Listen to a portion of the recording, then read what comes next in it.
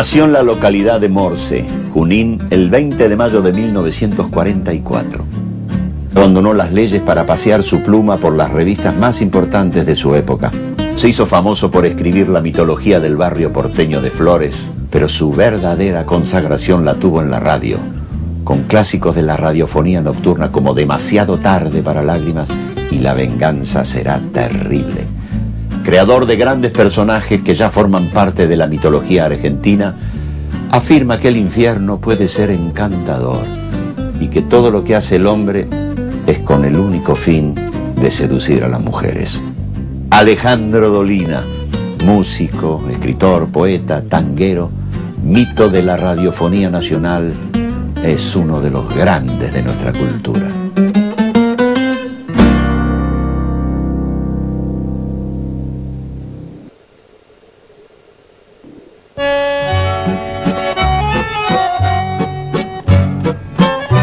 En realidad mi madre quería que yo naciera en Baigorrita, que era el pueblo de su propio origen, ¿no? Entonces, como mi familia ya vivía en Caseros, provincia de Buenos Aires, hizo un traslado de su persona, de sus allegados, al pueblo de Baigorrita para que yo naciera ahí. Con tanta mala suerte que la partera de Baigorrita no estaba, sino que estaba en Morce. Entonces, vine a nacer en un pueblo que no era ni aquel en que vivía mi familia, ni el pueblo del origen de mi familia. Un pueblo donde yo no fui nunca más. Ese fue el primer fracaso de mi vida, digamos. Y después todo fue así. Intentar algo con propósitos épicos y terminar en una farsa.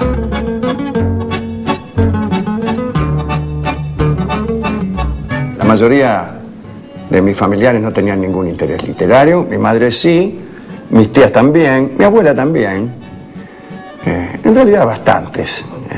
Y había algunos que nunca habían visto un libro, como en todas las familias, ¿no? Había esos sí libros sueltos por allí, y yo veía, con ojos extrañados, siendo muy niño, cómo parecían disfrutar de la lectura, ¿no? Los mayores, que estaban sentados en una silla, con la vista clavada en un volumen extraño. Y primero usé los libros para jugar, para hacer pilas, y finalmente los usé para leer. Mi tía Elma me enseñó a leer siendo yo muy niño, tendría 3 años o algo así. No con un propósito didáctico, sino más bien para causar el escándalo de los familiares, para sorprenderlos. Algunos me enseñaban malas palabras. Yo era el único niño en aquel tiempo, ¿no?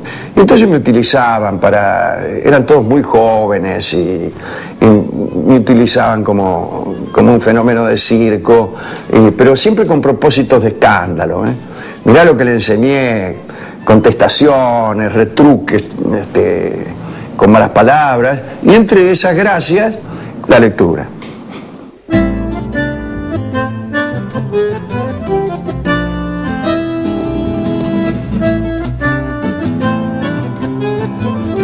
Allá cuando yo tenía 20 o 21 años, o quizá un poco más, porque había hecho yo la conscripción en la Marina y había salido de allí, ¿no? Entonces, había abandonado los estudios de Derecho, no había encontrado otras vocaciones.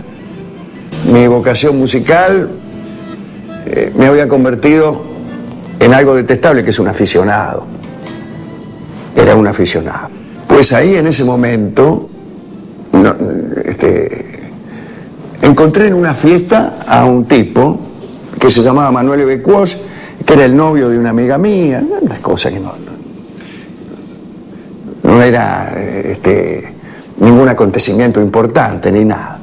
Pero este tipo se interesó en algunas cosas que habíamos hecho con algunos amigos. A decir verdad, improvisamos una última cena. Improvisamos una última cena muy parecida a la que apareció después en el show de Alejandro Molina, dirigido por Campanella. Este muchacho vio esa representación y creyó equivocadamente ver algún talento en mí. Me preguntó qué es lo que hacía. Cuando yo le dije que nada, que había abandonado mis estudios, que no tenía trabajo, y que mis metas inmediatas era ir a jugar al pase inglés, se espantó este tipo. Y me dijo que fuera a verlo, e inmediatamente me dio un trabajo en una agencia de publicidad. Este tipo me ofreció algo más importante, que fue su amistad. Y su amistad me abrió las puertas de un mundo. Porque él, violentamente diría yo, me obligó a escribir. Él trabajaba conmigo en esa agencia de publicidad. Lo tenía que aguantar todo el día. Y me obligó a dedicarme a la escritura y al pensamiento y a las cosas que tenían que ver, insisto, con alguna facilidad que él había creído ver en mí. Su amistad también me conectó con otros muchachos que empezaban en aquel entonces, el primero de los cuales fue Carlos Trillo, que empezó también a trabajar con nosotros, después Carlos Marcucci, y todo una colección de satélites de Marcucci, que eran todos tipos muy jóvenes que empezaban, Caloi, Brócoli, un poco más alejados, pero también perteneciendo a ese grupo, Marcos Mustok. Y esos tipos estaban más adelante que yo porque ya estaban encausados, pero me señalaron un camino. Y yo les estoy muy, muy agradecido a todos ellos. Porque si no, yo sería tallador de punto y banca ahora, que no está mal, o peor todavía, redactor publicitario.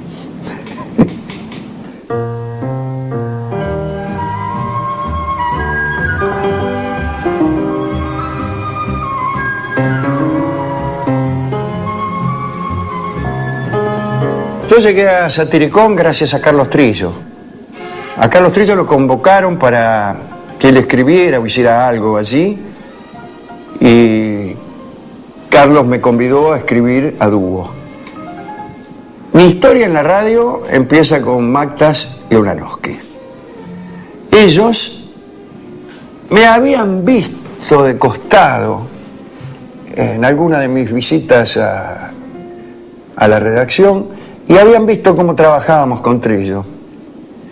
Y se les ocurrió que yo podía participar de un programa que estaban preparando, que se llamaba Mañanitas Nocturnas.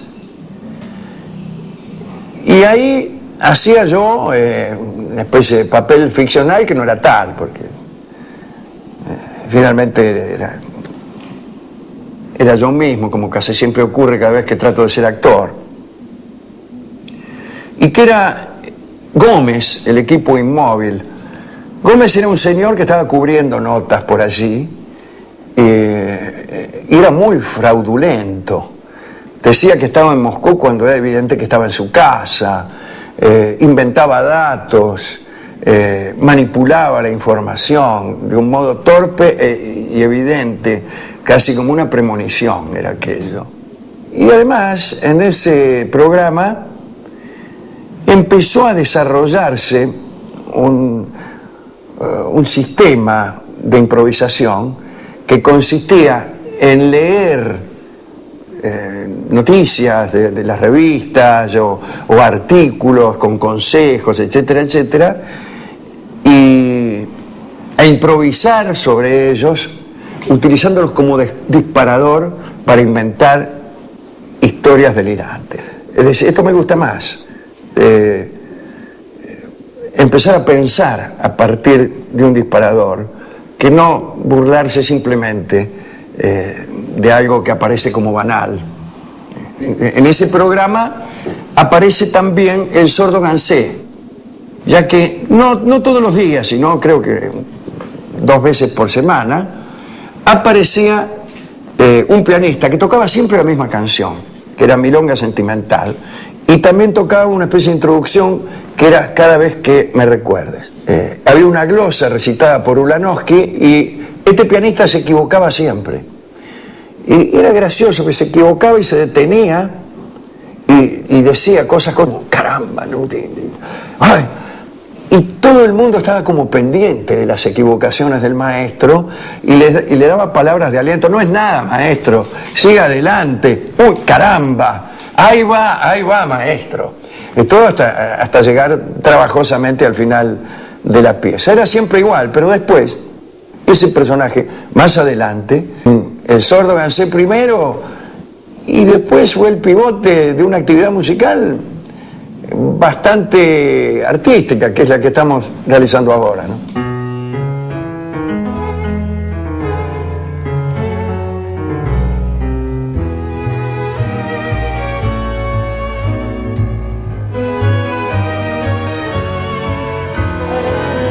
Yo nunca viví en Flores, lamento decirlo. Flores es una elección artística que debió ser Caseros, pero Caseros tenía un inconveniente. Mucha gente no sabía dónde quedaba. Se lo confundían con la calle Caseros. Había que dar explicaciones que en lo literario entorpecían. El relato duraban 2 o 3 páginas. Entonces elegí Flores, que fue una elección artística. Yo tenía algún conocimiento práctico de Flores porque íbamos a ensayar. Yo participaba de un quinteto vocal y ensayábamos en Flores hasta muy tarde y a veces yo tenía que ir a tomar el colectivo 53 y tenía que atravesar el barrio a altas horas de la noche y caminaba muchas cuadras por ahí. Y entonces, por mera diversión, empecé a preguntarme qué clase de mitología podían albergar aquellas casas tan apacibles y al mismo tiempo tan carentes de toda magia. Claro, con la noche, el miedo y el hastío, la magia apareció y se me ocurrió escribir algunos relatos que por comodidad iban a ocurrir en el barrio de Flores. Empecé incluso lo que yo consideraba que podía ser una novela y la abandoné. Muchos años después, cuando yo ya escribía en la revista Humor, me pasó lo que me pasaba siempre, es decir, no tenía yo asunto, no tenía ninguna inspiración, ninguna idea, nada.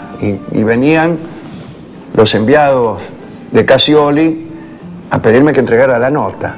Y se me ocurrió entonces saquear aquel material que yo había abandonado e intentar lo que podríamos llamar unos ensayos ficcionales.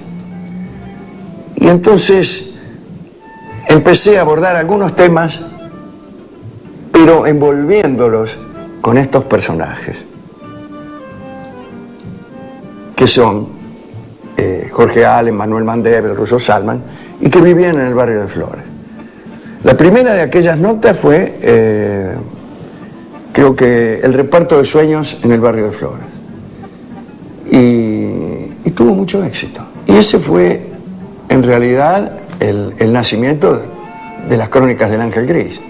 Aquel libro que yo había empezado y que abandoné por muchísimos años, finalmente existió. No era una novela, no se sabe bien qué era, eran apenas unas crónicas, pero el libro se terminó. Se terminó incluso sin que yo supiera que lo estaba escribiendo. Yo estaba escribiendo unas notas para la revista que de pronto dejaron de serlo. Empezaron a tener un carácter ficcional y empezaron a relacionarse unas con otras. Yo no vi esto, Casioli lo vio.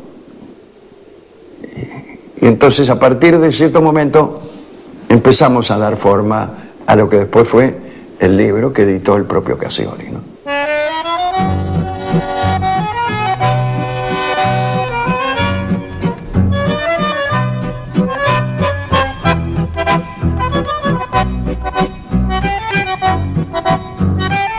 La historia de la venganza, que comienza con Demasiado tarde para lágrimas, los Los nombres son adjetivos, pero el programa es sustantivo. Así que esta historia comienza con Adolfo Castello, que consigue un espacio en Radio El Mundo, un espacio que creo que era el de la 1 de la mañana. Yo le dije, no tiene mucho sentido trabajar a esa hora, ni siquiera nuestros parientes nos van a escuchar.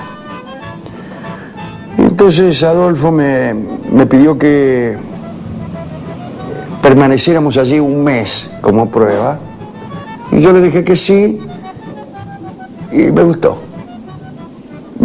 y daba la sensación de que algo estábamos logrando. Había muchos llamados telefónicos, empezó a venir incluso gente que quería presenciar el programa, le permitimos a la gente presenciarlo. Las autoridades de la radio prohibieron terminantemente que entrara gente al estudio. Nosotros empezamos a esconder entonces a los oyentes, y entonces alguien les contó a los de la radio que nosotros hacíamos eso, que nosotros desoíamos las instrucciones. Entonces caían de golpe para ver si gente muy simpática además. Sucedía que esos tipos estaban muy preocupados por la radio realmente. El caso es que venían y aparecían de golpe y nos decían, guarda que viene fulano. Y entonces nosotros escondíamos a los 10, 15 tipos que había, a veces debajo del vidrio, como los tipos no entraban al estudio, sino que miraban a través del vidrio que tiene el operador para conectarse con el estudio considerado en sí propio. Entonces abajo se hacían chiquitos y no se veían de afuera. Pero otras veces directamente, con más tiempo, nos metíamos adentro de oficinas. Es una cosa difícil de creer. Hasta que al final ganamos esa pulseada y permitieron que el público asistiera. No solo eso, sino que después nos facilitaron el salir al aire desde fuera de la radio, y ya empiezan los auditorios más grandes, de 800 o 900 personas. Señor. Miren Bueno. la cantidad de gente que hay. Bueno, vamos a saludar a Patricio Barton, Hola amigos, buenas noches. que en este Muy amables. momento recibe toda clase de obsequios y distinciones. ¿Verdad? Qué cantidad de regalos, Sí. ¿no? Sí, No me los muchísimo. tiren, no me los tiren. Del otro lado se encuentra nada menos que Gillespie, ¿Qué tal? que está en este mismo acto es nombrado doctor honoris causa. Estoy emocionado, ¿eh? Terminadas ya las distinciones y los honores, vamos al programa no considerado en la parte del pensamiento, sino este breve, afortunadamente breve espacio que dedicamos a las noticias que no tienen interés alguno. Exactamente, información en este caso de... La radio es confortable, es grata, es impulsora, porque para hacer radio yo tengo que trabajar todos los días, tengo que leer todos los días y tengo que estudiar todos los días. Y yo he aprendido, gracias a esa obligación, mucho más de todo lo que aprendí en las casas de estudio en donde estuve anotado. De manera que eso también debo agradecérselo. Y la radio empujó las otras actividades, me dio cierta notoriedad, que fue aprovechada luego con fines acaso más complejos, no diré que más nobles. Ahora, de ningún modo, la radio, con ser lo más confortable, es lo más querido.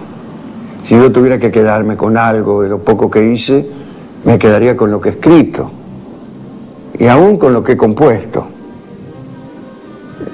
La radio, como los amores demasiado hospitalarios, a veces es tenida en menos por el enamorado, ¿no? Que prefiere las novias esquivas, difíciles.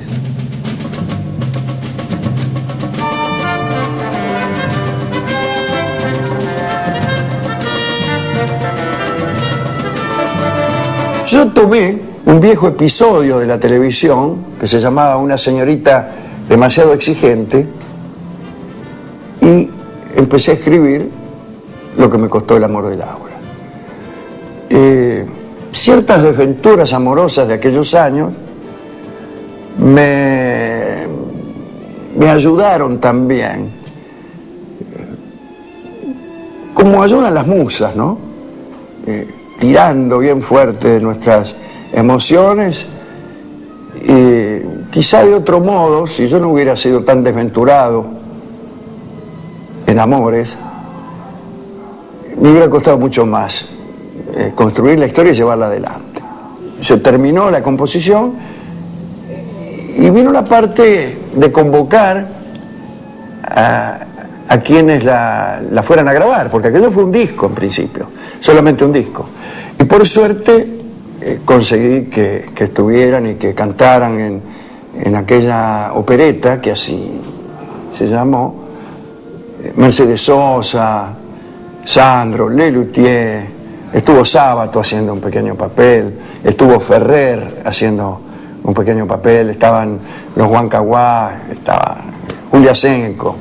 Yo disfruté muchísimo y estoy muy agradecido a esos grandes cantantes que me permitieron la emoción de estar junto a ellos en el escenario.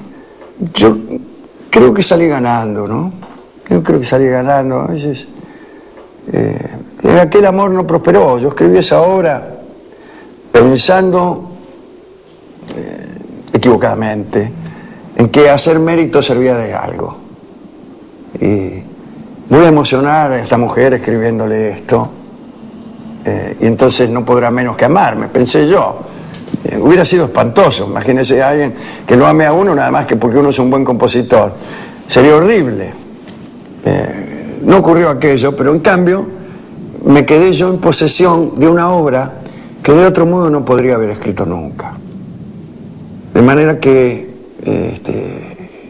yo creo que salí ganando con eso, sí. Creo que esa fue la alegría artística más grande de mi vida. Y me parece que estaba muy bien.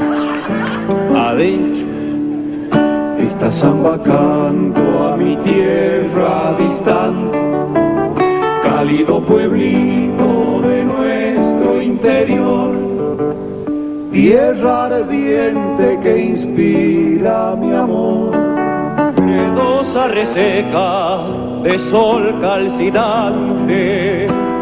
Cuando yo hice televisión, las pocas temporadas que hice, una parte importante del programa eran números musicales.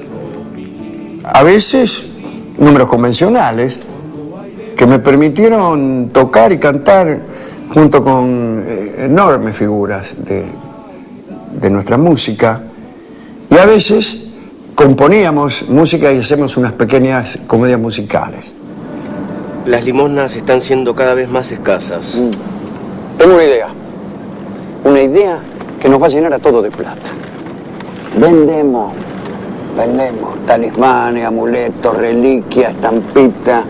Acá el rabí se mezcla entre la gente, el tipo empieza, esta cosa, el cielo, el infierno, no sé qué. Nosotros con una canasta de productos. Esa voluntad. Ay, Judas, no te olvides que fui yo el que echó a los mercaderes del templo. Y me la banqué solo, ni milagro hice, ¿eh? Es una idea fantástica. Es una idea fantástica para llenarnos de plata. Y bueno, ¿qué quiere que le haga? Dale, vamos a traicionarlo. Me tiene podrido. Morfat, este es mi cuerpo.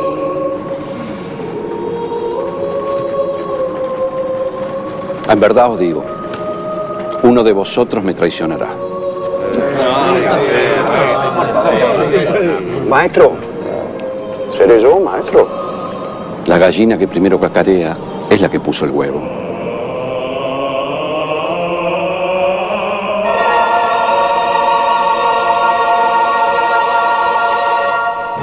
Lo último que hicimos nosotros, recordando el show de Alejandro Molina, con Juan Campanella, con Camilo Antolini y con la colaboración de muchísimos enormes artistas, Musto, Pompeyo Oliver, Eduardo Blanco,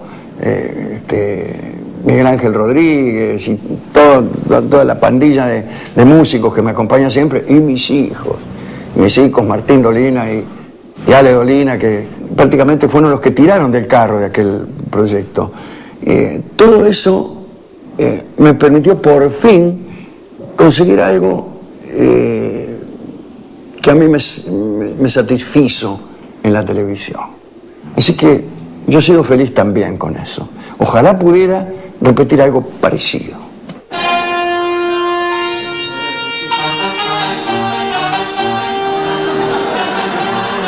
La sabiduría no es una cosa que sobrevenga fatalmente con la edad, e incluso me temo, por lo que veo, que muchos dejan escapar lo que de sabios tenían.